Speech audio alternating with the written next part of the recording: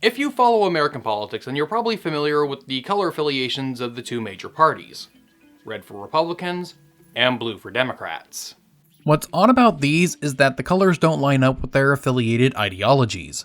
The rest of the world associates the color red with the political left, but in the US it's used to illustrate the Republicans, who are on the right. All the while the Democrats are colored blue, despite the fact that it is most commonly used for right-wing parties. How exactly did it get flipped? Well, depending on where you do your research, you'll get a slightly different answer. The most common answer you'll find goes back to the 2000 election and Bush v. Gore at the Supreme Court. On election night, all the cable channels agreed to use the same color scheme so that when viewers switched channels, they had a consistent map to look at. This year, they decided to show the Republicans in red and Democrats in blue, and showed these maps on election night. But the results wouldn't be known for about a month as recounts in Florida delayed the verdict. Between election night and the final Supreme Court decision, these electoral college maps were shown to viewers every day on the news, putting the phrases blue state and red state into common usage. By the end of it, viewers became used to this association and it stuck.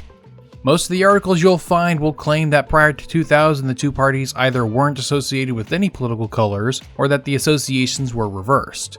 But none of these explanations are wholly correct. It's true that neither party had an official color, and they still don't. However, both seem to have unofficially adopted the colors they are associated with.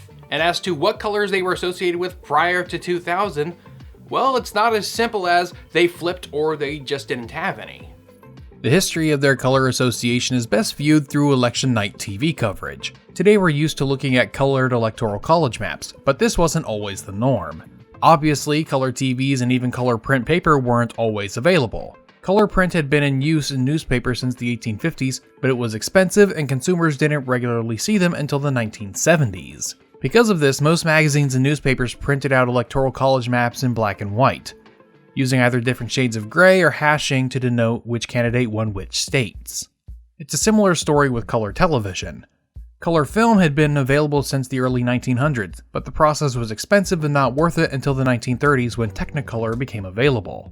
But broadcasting color TV didn't become economically viable until the 1960s, and even then it was a gradual transition from black and white to color, finishing by the early 1980s. Most homes had black and white TVs in the 1960s, and because of that, having colored electoral college maps wasn't really practical. The first election night coverage broadcast in color came in 1968 from CBS and ABC. They didn't have a map, but interestingly enough, ABC actually used colors for exit polling demographics. Prior to that, electoral college coverage was done on a plain board with the names of states and candidates with their popular vote totals next to them. And this system carried on into the first couple color election broadcasts.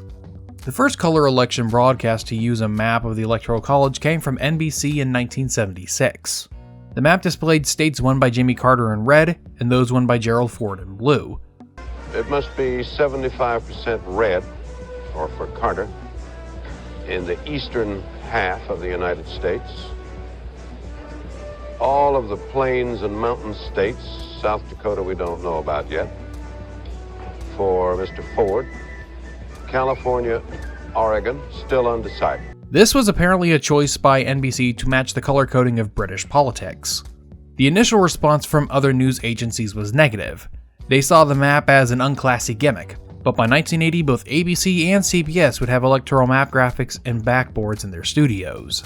NBC would continue to use their color scheme until the late 90s, but in 1980 ABC used red to represent Ronald Reagan and blue to represent Jimmy Carter. Multiple explanations have been given for this choice. One of them being that their plan was to have the incumbent be colored blue with the challenger being colored red. I personally have trouble believing this because A, what were they going to do when an election came that didn't have an incumbent? I mean, it's not like that was an uncommon thing or that they couldn't have seen something like that happening in the near future, so that lacks a bit of a long-term planning. And B, they kept that same color scheme of red for Republicans and blue for Democrats for all subsequent elections, regardless of who the incumbent was. Basically, ABC wanted the Democrats to win, and having them associated with red, the color of communism, was politically inconvenient. So they switched the colors as a means to help the Democrats. Another possible explanation is that they simply wanted to have the reverse color scheme of NBC in order to avoid being called a copycat. But can you really avoid that when you copied their gimmick of having a big lit up electoral college map in your studio? What makes this more confusing is that while red for Republican and blue for Democrat was the code they used for the electoral college, they used the reverse color scheme to announce congressional victories, which makes the whole thing a mess. Meanwhile, CBS decided to use the same color scheme as NBC. 1980 was also the first election covered by CNN. However, I can't find much election night coverage from the news anchors, so I have no idea what, if any, color scheme they were using.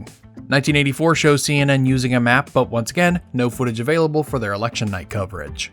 1984 saw CBS switch its color scheme to match ABC. 1988 is the oldest election that I can find news coverage from CNN with a colored electoral college map, and it had Vice President George H.W. Bush represented in blue. But in 1992 it switched its color scheme to that of ABC and CBS, which left NBC as the last one standing using the British color scheme, which they abandoned in 1996, putting themselves in line with the rest of cable TV. From this history, we see that most of cable news was already using red for Republican and blue for Democrat prior to the 2000 election. And so what the 2000 election really did was drill this association into the heads of voters, as well as creating the political lexicon of red state, blue state, and later purple state. So when you or someone else you know wonder why the Republicans are colored red and the Democrats are colored blue, remember that it's both a recent and not so recent development. If you're interested in learning more about American politics in my style, then I suggest you watch this playlist I made up here about American politics. Or you can go and watch Mr. Beast's presidential elections playlist right here. I'd like to thank my patrons for helping make this video possible. My sources are linked down in the description below. Thanks for watching, and I will see you next time.